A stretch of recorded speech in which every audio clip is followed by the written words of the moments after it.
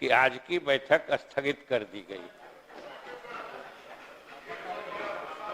ये सरकार। धन्यवाद।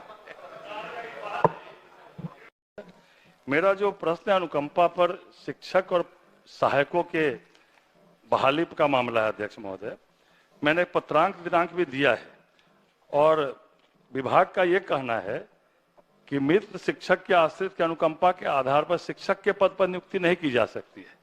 लेकिन मैंने जो पत्रांक दिनांक दिया है, मैं कल 1 मिनट चाहूंगा, बहुत हजारों लोग के मामला है अध्यक्ष महोदय, मैं कल सभी मामले गंभीर होते हैं जी, मैं 3 पंक्ति का केवल पत्रांक दिनांक का हवाला देता हूं, जो 1/7/2006 का मैंने उद्धरण दिया। इसमें लिखा हुआ स्पष्ट रूप से, आदेश है सरकार का, संलेख है, 1/7/2006 एवं इस तिथि के पश्चात परमंडलीय संवर्ग अथवा जिला संवर्ग के प्रधानाध्यापक ऑब्लिक शिक्षक ऑब्लिक शिक्षकेतर कर्मचारी पंचायत प्राथमिक संस्था प्राथमिक मध्य विद्यालय उच्च माध्यमिक विद्यालय कोटि के कार्यरत शिक्षकों की सेवा काल में मृत्यु होने की स्थिति में उनके आश्रित की इंटरमीडिएट एवं प्रशिक्षण की अर्हता होने के साथ साथ शिक्षक पात्रता परीक्षा में उत्तीर्णता के आधार पर संगत नियोजन नियमावली के आलोक में पंचायती राज संस्थानों एवं नगर निकाय संस्थानों के द्वारा पंचायत प्रारंभिक शिक्षक ऑब्लिक नगर प्रारंभिक शिक्षक के मूल कोटि के पद पर नियुक्ति की जाए।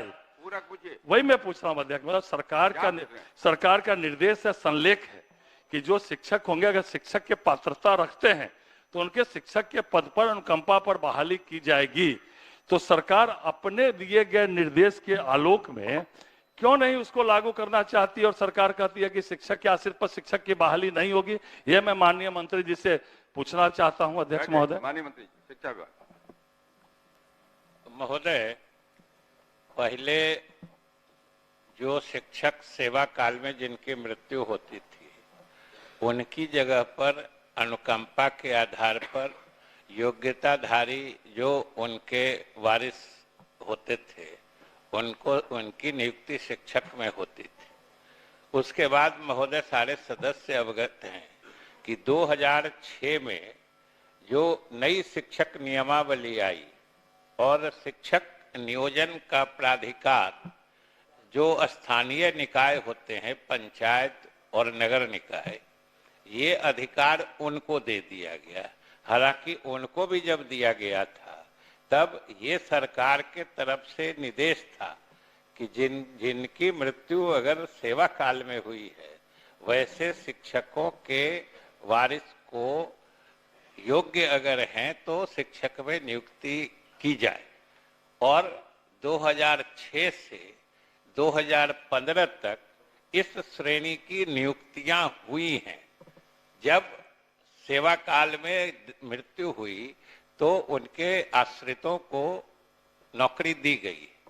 महोदय 2015 में NCTE जो है, national council for teachers education, उसका एक ऑल इंडिया सर्कुलर भारत सरकार की तरफ से आया जिसके तहत उन्होंने शिक्षक में नियुक्ति के लिए 2 चीजें अनिवार्य कर दी। एक तो TET पास होना चाहिए, चाहे CTET चाहे मतलब central teachers eligibility test pass करें या स्टेट में जो होता है टीचर्स एबिलिटी टेस्ट वो पास करें। ये पहली शर्त थी। दूसरी शर्त थी कि उनको प्रशिक्षण भी शिक्षक होने के लिए जो B.Ed या शिक्षक प्रशिक्षण महाविद्यालय से भी प्रशिक्षित होना चाहिए। तो 2015 के बाद से महोदय ये चूंकि भारत सरकार का देशव्यापी मतलब निर्देश था कि अब कोई भी शिक्षक तभी नियुक्त होंगे जब तक कि वो मतलब टीचर्स एलिजिबिलिटी टेस्ट न पास कर लें और प्रशिक्षण न प्राप्त कर लें। 2015 से महोदय 2023 तक इस श्रेणी के जो लोग पाए गए उनकी नियुक्तियां हुई हैं। अब महोदय अभी पिछले वर्ष जो नई नियमावली जारी हुई है, जब से बिहार लोक सेवा आयोग के माध्यम से शिक्षकों की नियुक्ति होनी है, उसमें शिक्षक में सीधे नियुक्ति का प्रावधान नहीं है। और जो पीछे के बैकलॉग के बारे में कह रहे हैं, सही कह रहे हैं, सरकार भी मानती है कि चूंकि ये समय समय पर कुछ भारत सरकार के निर्णय से और कुछ राज्य के द्वारा गुणवत्तापूर्ण शिक्षा देने के लिए जो नए कदम लिए गए उसके कारण नियुक्तियां नहीं हुई। अब आज की स्थिति में अगर शिक्षक की सेवा काल में मृत्यु होती है तो उनके आश्रितों को हम या तो सहायक में या परिचारी में